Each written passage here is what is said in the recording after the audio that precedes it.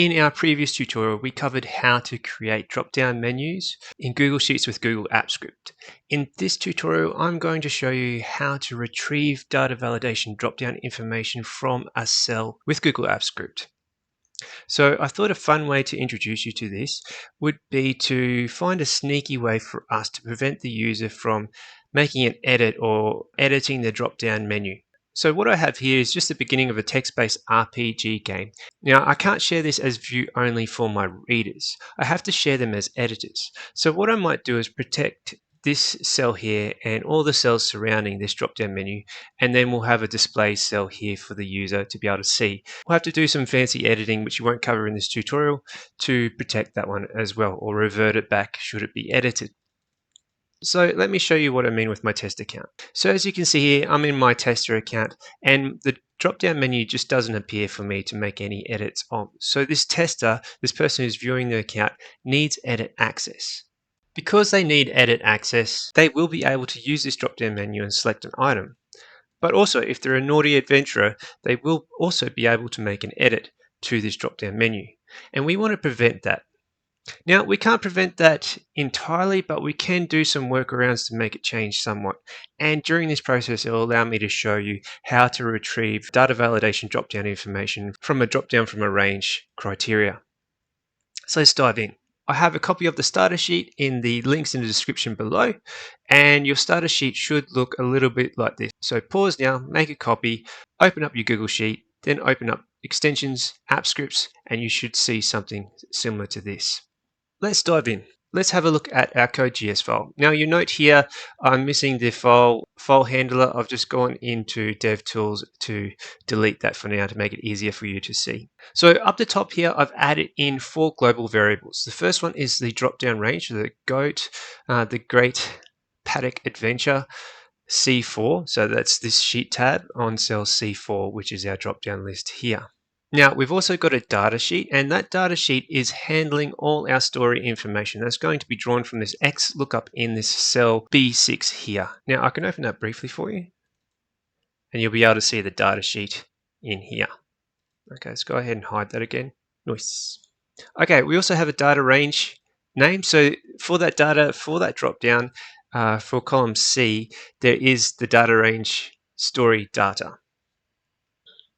And then we also have some help text. So select an option only adventure, just in case the user decides to change the help text as well along the way.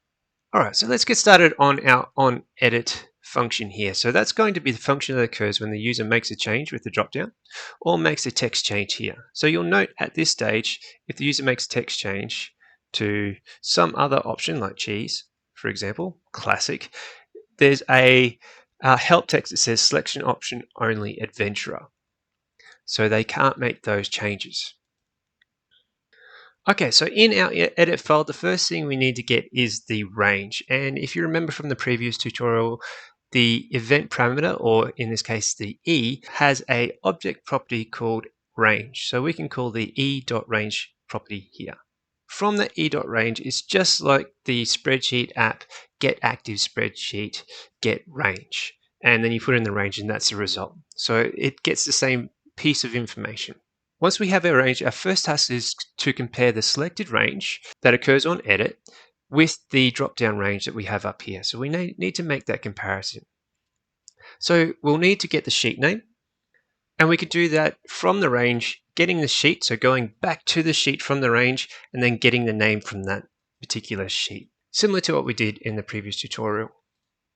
We need to get the cell as A1 notation, so we can compare it to this C4 over here. And then we need to combine our sheet name with our cell A1 to create a string that hopefully matches something like this. All right, let's go ahead and give that a quick test now. Range A1, hit save. Let's make a change here so we can see the results, and it should give us the Great Paddock Adventure and then C4 here. So let's go into our logs and have a look. And there it is, the Great Paddock Adventure C4. Perfect. Okay. However, if we go into somewhere like our notes, for example, and make a change here, hi,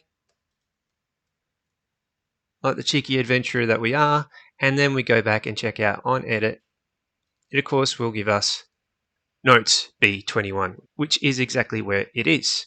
Cool, let's head back. All right, so next we need to compare the two. So we need to compare our drop-down range global variable against our range A1. And then from there, we're going to return the preventDropdownEdits function, which we'll be building out in a moment.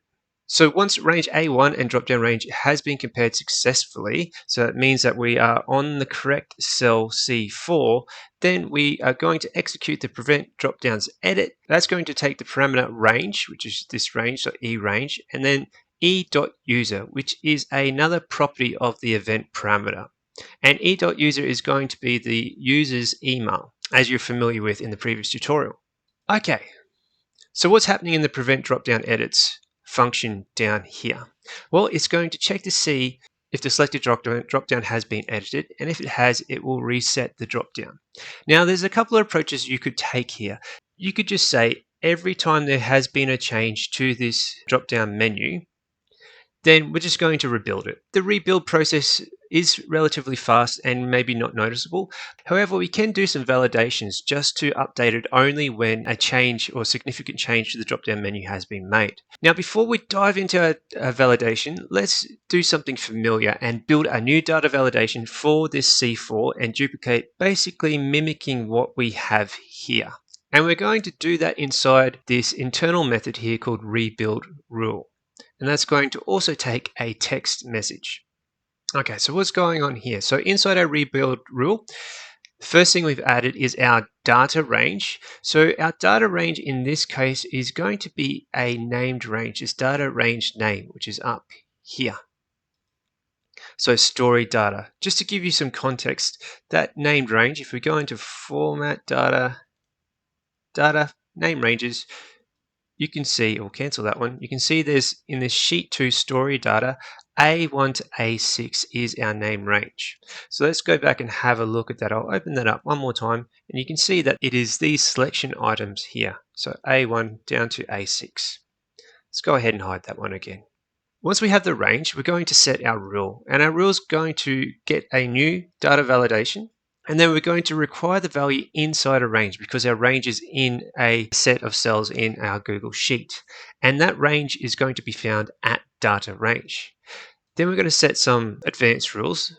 We're going to set allow invalid to false, which essentially is going to match the current rule. We can't make anything else. We can't say panics because we'll get an invalid rule selecting option only adventurer. And then we also want to set our help text. We say hello and hit enter. This is our help text that we're going to set here. Now, for us, we have a copy of this help text up here, just if in case the editor or one of our readers has decided to change the help text. Once the rule is built, we call the selected range, which is this one here, and then we set data validation rule. Okay, so what else do we want to do? If the user is making a significant change, we probably want to clear out the cell as well. So let's go ahead and do that. And we can do that with the range. We can call the range again and just set value. Now, we're only working on a single cell here, so we don't have to say set values and create a 2D array. If we're using set value, it's just a single string of text in here or a number. Okay, the last thing we want to do is to create a little toast here, just to put the wind under them and put the fear of the goat in them. We can do that by calling the spreadsheet, which we've got here as a SS variable, and applying the toast to it. So toast can take 3 arguments. The first one is going to be the text, the next one is going to be the title, and then the final one is how many seconds you want the toast coming up. So that toast will appear just down the bottom right here. So I think we're pretty good. Let's just run a test by calling the rebuild rule now straight away without any validation. So every time we land on this cell, we're just going to rebuild it. And we'll call it test rebuild. And that test rebuilt is going to go into this message parameter here, and that message parameter will be inside the issue. Let's just put a colon here just to identify that this issue has a message as well. It's also going to use the user's email just to let them know that we're watching then. Now, we're just doing this a bit for fun at the moment. Probably the best approach you could possibly do, or good practice here, is just to update it without letting the user know, and they can be scratching their head wondering why their custom change didn't work. It's totally up to them. Okay, so let's go ahead and make a change. Maybe this time we'll say we want to speak to the goat. And we should get a toast down the bottom here. This dropdown cannot be edited. Attempted edit by Scott at Yagi-san Atate, recorded. Naughty adventurer issue, test, rebuilt. Awesome, we know things are working. Okay, so let's get rid of that function call inside there and work on some validation now. So the first thing we need to check is that if the data validation has been removed from the cell. So what do I mean by this? So if we go in here, if an editor comes in and goes to the drop-down menu and selects the edit button, then just goes in and selects remove rule and closes, you can see the rule is completely and utterly gone. Now, if they go in again and make an edit to that cell, we want to come in and revert everything back to the way it should be. So how do we go about this? First thing we can do is we need to get the data validation, and we can do this with the Google app script get data validation method from the Spreadsheet app class. And we'll put this in the current data validation constant variable. We can do a quick console log to see how that looks. And basically, that's going to set us up to make some calls to the current data validation. So let's give it a quick save here. Nothing too much will change. We can just say hello, and it will still call that cell. And we'll head over to our onEdit and open it up and have a look. And right now, it's reporting null because there's currently no data validation in there at the moment. We need to remedy this, so let's head back and create an if statement here. So we need to say if the current validation is equal to null, so essentially if there's no validation in this cell, we're going to return rebuild rule no validation, where no validation will be this little comment down here. All right, so let's hit save now. And we'll just say hey this time. Okay, as you can see, we've got naughty adventure issue, no validation here. And now you can also see our drop-down menu has returned to how we like it. Cool. That's covered the case where they've completely deleted out our data validation, but what if they've changed the type of data validation? So let's go ahead and do that now. So let's go into this edit here and let's just change the type. And we've got a obsessed adventurer who is in love with cheese. I don't blame him. Okay, and then we're going to say done. All right, and we'll close that. And you can see now our data validation is gone. We've got a little red warning here. And the only thing we can really do is type in cheese. If I type in cheese, everything is good in the world. There's no warning.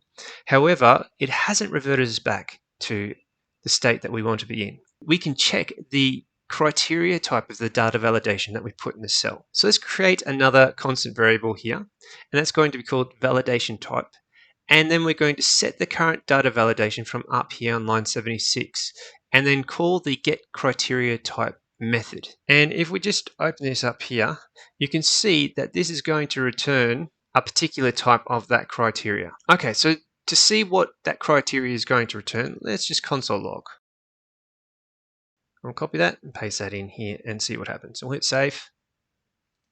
Let's just make a minor change to the data validation in this one, just so we can work it. Jesus, done. Okay, so now we can make an edit to this and it'll come up on our onEdit. So we'll put Jesus in here and that'll create our action. So remember, our console log now does appear, and that's going to create some data. So keep an eye on this one as well for this current data validation too as it appears. Okay, so we had an action at 4 p.m. Nice. And you can see this second console log here shows us the methods that we can use inside the get data validation class. So it does show that we have data validation. And let's look at the other console log. That's basically logging out an enumerator, and that will help us identify what the current data validation item is. The best way for me to probably show you this is just by simply comparing this to equals to, and make sure it equals something. And then we can say spreadsheet app data validation criteria. And then our numerator is going to be this value in range here. And this should map to false in this case because we have a contains here right now. Okay, so let's make a change to this quickly.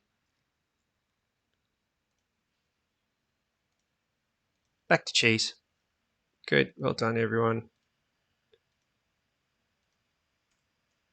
Cool. Okay, yeah, and that's mapped to false. Why? Because this current data validation is probably mapping to something like, let's find it. It was contains, right? So it would have been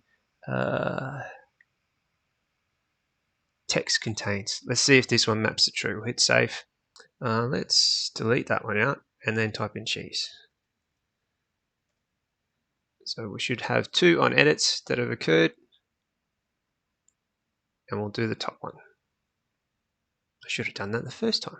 Okay, so now it's true because we've hit contains in here. Okay, let's turn that one, let's take that one back to the one we actually need to compare, and that's going to be value in range. Goodo. And now let's create a if statement to say if the data validation type is not equal to value in range, we want to return the rebuild rule function. Okay. So if the data validation is not equal to the spreadsheet data validation criteria value in range, return rebuild. So now when we delete this out, it should rebuild to our original drop-down menu.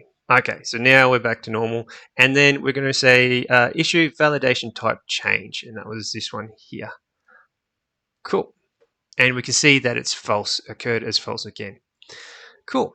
So 3 more to go. The next condition that might occur is that if the data validation range is incorrect. So what do I mean by this? So right now our data validation range is, let's click on this edit button, this sheets to A1 to A6. So if a user changes it to something else, so if I click on this one and then click maybe anything in here, for example, and we'll hit OK and done and close, you can see that our onEdit didn't make any changes. What was the range we were looking at? It was good and the B9, just put something in B9, hey? Okay, so B9, yes. I'll close that just so we can add something in here. So you can see now it's changed to that yes. So if we put in a Y here, it's okay. And we know it's running, but nothing has changed back. And we can prove that by going in here and having a quick look. Okay, so we've got everything and right down to this point where it says true, where the statement here is the data validation type is the same as the value in range. So we need to put in another rule here. So first thing we need to do is get the current range of the data validation. So the current source range of the data validation, which we can do with this current data validation, which we created the constant variable for here, and then we can call the get criteria values. Now, because we're calling from a range, we will actually get the range constructor. If we're calling from a list of values, we'll get an array of values. The get criteria value will return our Google Sheets range constructor, but it will do it inside an array. So if I console log this right now, you'll see what I mean.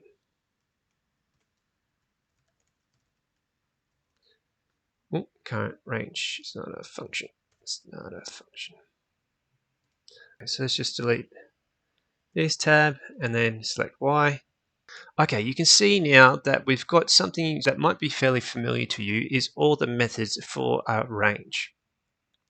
However, if you look carefully, you'll see that it's encapsulated inside an array with the square braces. So we need to get the 0th item in that range here.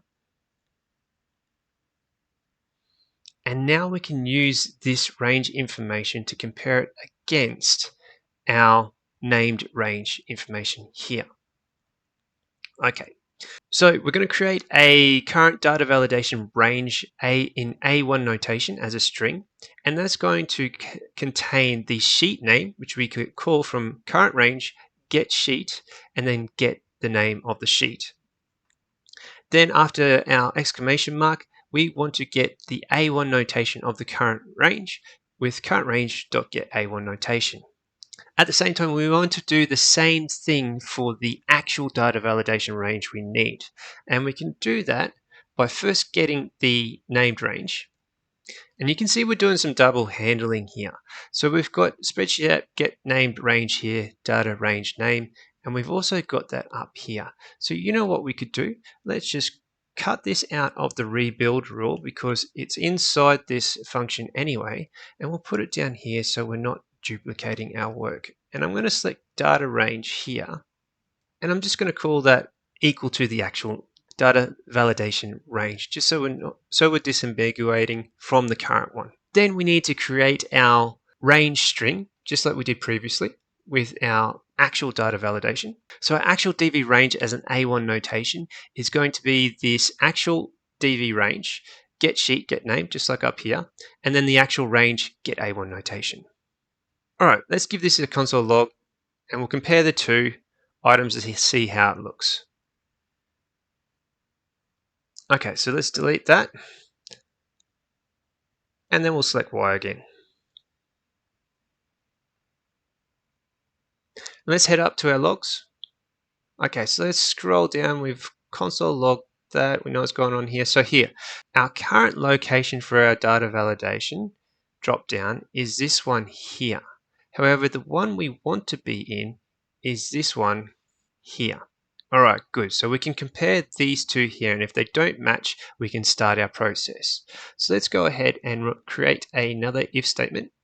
And this time we're just going to say if the current data validation range A1 is not equal to the actual data validation range, then we're going to return rebuild rule and put in the message incorrect range. Hit save now. And let's just put a space down the bottom here. Save again. Okay, so let's delete the Y and hit tab. We've got our rule. So incorrect range, good. Naughty adventurer, fantastic. Let's see our drop-down list. Woohoo, everything's back to normal. Fantastic. All right, two more to go. The next thing our naughty adventurer could do is change the help text information. So right now, if we choose something else, we might say, hey ya, and enter. It says, select an option only, adventurer. Now we don't want you to go back to something ridiculous. So let's go in here and select our drop-down menu. Will be the naughty adventurer. Go down to advanced options and select I am a pom. I don't know. I've run out of inspiration. I apologize. We'll hit done. Okay, so if the adventurer goes in and makes another change here, that's going to work just fine. And then if they say hey ya again, it is now I am a pom.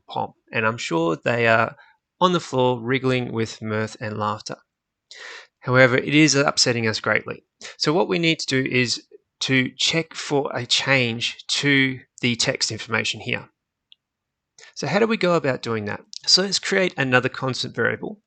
And this one is going to be the current help text. We're going to call the current data validation constant variable again from the top here. And this time around, we can use the get help text method. And that's going to return the current help text method that's available to us. So let's just give that a quick test with a console.log and select the current help text, paste it in, we'll hit save. Now this should come up every time we make a change now. Search back, sure. Good, complete. Okay, scroll down. I am a pom. That's reading the current help text. All right, let's go ahead and make a change to that. So now that we've got that, all we're going to do is compare that to our help text up the top here. See if you can jump ahead and try and solve this one. Okay, so we have if current help text is not equal to help text, we're going to return the rebuild rule, wrong help text here. So let's just speak to the goat. Naughty adventurer issue, wrong help text. Let's put in something ridiculous here. Select an option only adventurer, so everything is back to normal. Okay, so the last condition that we want to handle for this data validation is just to check if the selection is not enforced. So what do I mean by this? Right now, our selection is enforced. So if I type in something like this, we only get this dialog box, but we can't make any changes. We can also change it to say that if we're in here and we go to advanced options and we want to just show a warning instead of rejecting the input and hit select and close, now we can say cheese again. And that will be allowed just with this irritating little red invalid up the top here. So let's handle for that one finally. Okay, so again, we're going to call the current data validation, and this has another method called get allow invalid. So whether or not the allow invalid is sent to true or false. And that will return true or false item. I don't think we need to console log that, but let's handle for that to make sure if it is equal to true, so it allows any invalid, so we've got this little red box and we can add other stuff in, then we want to change it back to allow invalid to be false and rebuild our data validation. Okay, so if current allow invalid is equal to true, rebuild rule with the message allow invalid set to true. Okay, let's go to speak to the goat. And it says allow invalid set to true. Now let's try and put in something silly. Now we've got our dialog saying there was a problem, select an option only adventurer. So it's strictly back to allow invalid set to false. Okay, so that covers retrieving data validation drop-down information from a Google Sheets cell in Google Sheets. This also might be a useful tool if you're scanning or referring to other documents and you want to find an automated way of looking at the current data validation in a cell, or even copying it over. And indeed, there is one final tool that is available in the range get data validation, and that is the copy method. But let's just put that down here. So current data validation, copy. And that creates a builder for a data validation rule based on the current rule settings. So you can actually rely on existing current data validation rules and copy them over into new locations, whether it's an array of data validation rules or a single data validation rule. I hope this fun little approach to examining data validation data was useful to you in your own projects. I'd love to hear how you would apply this in your projects. It always provides inspiration for me and other viewers. If you've enjoyed this tutorial, please hit that like button. And if you want to see more tutorials like this, subscribe. Until next time.